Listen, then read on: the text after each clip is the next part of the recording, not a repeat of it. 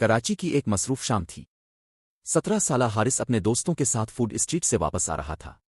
वो बहुत खुश था क्योंकि इसने अपनी यूट्यूब वीडियो के लिए नई रिकॉर्डिंग की थी। रास्ते में वो मुसलसल अपना मोबाइल चेक कर रहा था। अचानक एक मोड़ पर उसका मोबाइल हाथ से फिसल कर कहीं गिर गया। अरे मेरा फोन! हारिस घबरा गया। इसने फौरन वापस जाकर ढूंढना शुरू किया मगर मोबाइल कहीं नजर नहीं आया। दोस्त भी मदद करने लगे लेकिन रात काफी हो चुकी थी।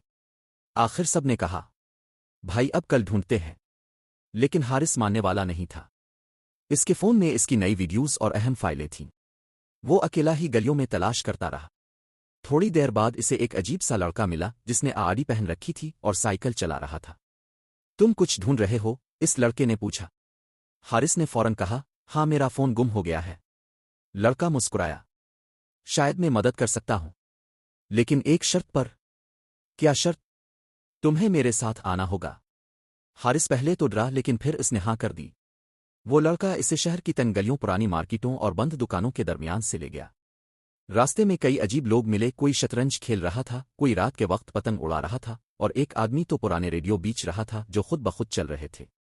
हारिस को लग रहा था जैसे वो किसी और ही दुनिया में आ गया हो। आखिर वो एक छत पर पहुंचे जहां शहर की रोशनियां बहुत खूबसूरत लग रही थीं। वहां एक छोटा सा बैग रखा था। आड़ी वाले लड़के ने बैग खोला और अंदर हारिस का मोबाइल था। ये तुम्हें कहाँ मिला? हारिस हैरान रह गया। लड़का हंसने लगा। शहर की हर चीज कहीं ना कहीं पहुंच ही जाती है। हारिस ने फोन लिया और खुशी से बोला, थैंक यू भाई। लेकिन जब उसने दोबारा ऊपर देखा, वो लड़का गायब था। सिर्फ एक पुरानी साइकिल वहां खड़ी थी। हारिस आज तक नहीं जानता कि वो लड़का कौन था, मगर इस रात के बाद जब भी वो शहर की गलियों से गुजरता, इसे ऐसा लगता जैसे कहीं दूर साइकिल की घंटी की आवाज अब भी सुनाई दे रही हो।